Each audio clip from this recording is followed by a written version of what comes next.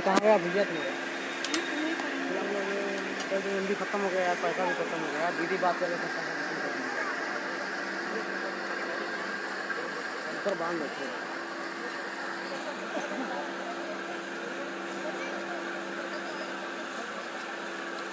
कैसे बांध रहे हैं, ऐसे बोलेंगे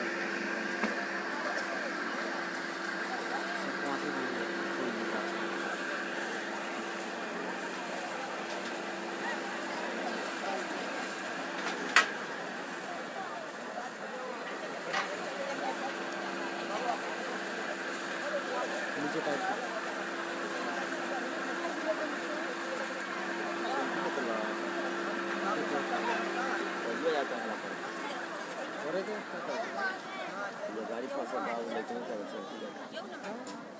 गाड़ी ये तब देखो दिमाग में टेंशन लग रहा है।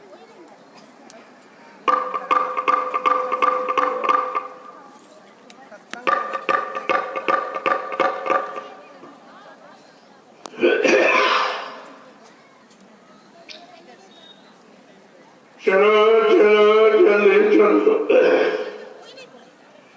दौड़ के आओ, सत्संग का समय हो गया। सब लोग सामने आके बैठो। एक एक वचन वाणी को बड़ी सावधानी के साथ सुनो। जब आप सामने आके बैठोगे तब तुम्हारी समझ में आएगा कि सत्संग किसे कहते हैं। सत्संग कोई कथा वार्ता का नाम नहीं है। सत्संग कोई भाषण स्पीच प्रवचन का काम नहीं है। सत्संग कोई मनोरंजन नहीं है। यह संत महापुरुषों की वचन वाणी जो हम सब जीवों की भवपार कहानी है। जीवात्माएं भवसागर के पार कैसे जाएंगी, अपने मालिक प्रीतम का कैसे दर्शन दीदार करेंगे। प्रेमियों, इस युक्ति का नाम है सत्संग। सत्य माने ईश्वर, संग माने साक्षात्कार। ये जीवात्मा सुरतु मुद्दतों से अपने मालिक की प्रीतम का दर्शन दीदार छोड़ चुकी है। इसे कौन ले जाएगा, कौन पहुंचाएगा, कौन मिलाएगा? उस मिलाने वाले को कहते हैं संत सद्गुरु, और मिलाने वाली युक्ति का नाम है सत्संग। ये दोनों चीजें आपको समय से मिली, लेकिन आपने उसकी कदर नहीं की। किसी पुण्य कर्म के कारण संत महापुरुषों के दर पे तो आप पहुंचे, लेकिन आपने उनकी कदर नहीं की, उनको जाना माना पहचाना नहीं। सब धोखा। और ये इतना बड़ा धोखा जिसकी पूर्ति रुपए पैसे धन दौलत सामान से आप नहीं कर सकते हो। सदगुरु दयाल की दया ये रुपए पैसे से मोल नहीं मिलती, और ना ही ये किराए पर चलती है। जब जैसी उनकी मौत मर्जी हम सब कलयुग के जीवों पर हो जाती है तो अपनी दया की बरसात कर देती है। अब ये है उनकी दया की बरसात में कितने टिक पाते हैं, कितने छोड़ के भग जाते हैं। इसी को कहते हैं छटनी और कटनी।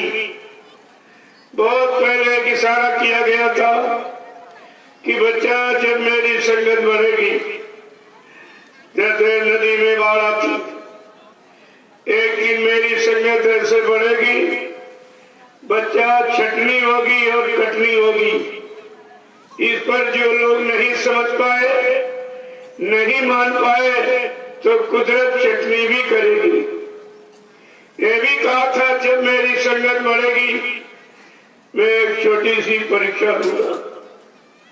मैं देखूंगा कौन मेरा आशिक है, कौन मेरी कच्ची संपत्ति धन दौलत मान सम्मान जमीन जायदाद का आशिक है, कौन मेरा चेला है, कौन मेरे चेलों का चेला है, कौन गुरमुख है, कौन मनमुख है, कौन सत्संगी है, कौन संसारी है, कौन भजनानंदी है, कौन विषयानंदी है, कहा था इतने टेस्ट लूंगा। प्रेमी आज हमारे आप के सबके टेस्ट हो रहे हैं। जरा अपने आप में घूम के देखो, गुरु के प्रति तुम्हारे में आस्था विश्वास कितना रह गया, गुरु में कितना प्रेम, कितना सेवा श्रद्धा भाव, गुरु के बच्चों पर आपने कुर्बानी कितनी थी। यह है परीक्षा। ऐसा अनोखा तरीका सतगुरुदयाल ने अपने शिष्यों की परीक्षा का रखा, जो सृष्टि में किसी ने इतना सरल और सहज रास्ता नहीं रखा। आपकी परीक्षा नहीं ली, गुरु ने अपनी परीक्षा दी और तुम बिना परीक्षा के फेल हो गए।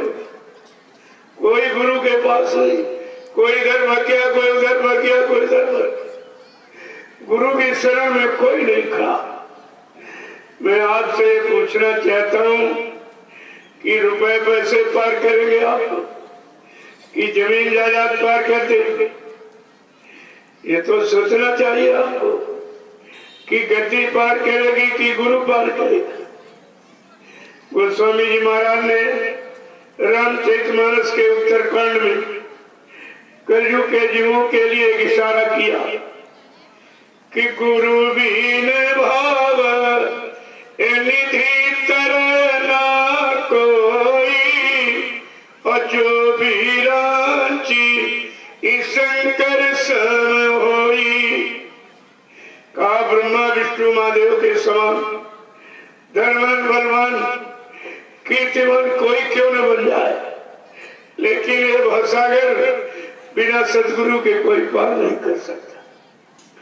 फिर भी आप भटक गए। अगर इसी को पढ़ लेते तब भी सतगुरु की शरण से अलग नहीं जाते, उनके चरण शरण को आप कभी नहीं छोड़ते, उनकी दया से कभी आप वंचित नहीं हो पाते। लेकिन आपने ये कुछ नहीं किया, सब एकदम मतलब यार।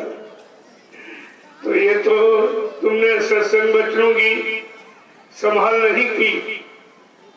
बाबा जी ने क्या कहा था, आगे बड़ा खराब समय आ रहा। बच्चा तमाम स्वार्थी लोग, लोभी लालची काल के जीव, कोई अपने नाम के आगे संत लिखने लगेगा, कोई सदगुरु लिखने लगेगा, कोई भगवान सरकार, कोई महाराज लिखने लगेगा। लेकिन कहा तुम लिखावट बनावट सजावट के चक्कर में मत आना। गुरु यहाँ कोई कॉलेज यूनिवर्सिटियां नहीं बनाती, न कोई जन संगठन गुरु बनाता। ये सब बने बनाए वो अनामी महाप्रभु जो सबका कुल मालिक है, वो हम सब जीवों के लिए इस मृत्यु लोक मंडल पर गुरु और संत सदगुरु बना के भेजता है। यहाँ बनाए नहीं जाते। मैं इसी संदर्भ में आपसे पूछना चाहूंगा, क्या विश्वामित्र वशिष्ठ को किसी ने बनाया था? क्या संदीपन गुरु द्रोणाचार्य को किसी ने बनाया था? ये सब बने बनाए जाते। जब जैसी जरूरत आवश्यकता इस मृत्यु लोक मंडल पर हम सब जीवों के लिए पड़ती है, तो वो मालिक गुरु सदगुरु संत बना के भेजता। लेकिन ये भी आपकी समझ में नहीं आया। अगर ये जानकारी होती तो आप किसी के बहकाने भरवाने में कभी नहीं आते, और सदगुरु की शरण उनके चरण को कभी नहीं छोड़ते, और उनकी दया से आप कभी वंचित नहीं हो पाते। लेकिन आपने कुछ नहीं, इसलिए बाबा जी ने पहले ही इशारा किया, क्योंकि कलयुग के जीव कहीं मेरे बारे में भूल भ्रम संदेह में न फंस जाए, कहीं संतों की महिमा भूल न जाए कि संत महात्मा फकीर किस काम के लिए आता है और कौन सा काम करके ही जाता। जो काम करके जाएगा उसी का इतिहास बनेगा, उसी को लोग पूजा करेंगे। जिसका काम नहीं उसका कोई नाम नहीं, कोई पूजा कोई जानकारी नहीं करता। आपने तो बिल्कुल ध्यान में नहीं रखा। इसलिए बाबा जी को यह समय के पहले सब जानकारी देनी पड़ी। क्या कहा था? कहा मैं किस काम के लिए आया हूं और कौन सा काम करके ही जाऊंगा। क्या कहा उन्होंने? मैं परिवर्तन करने आया हूं, परिवर्तन करके ही जाऊंगा।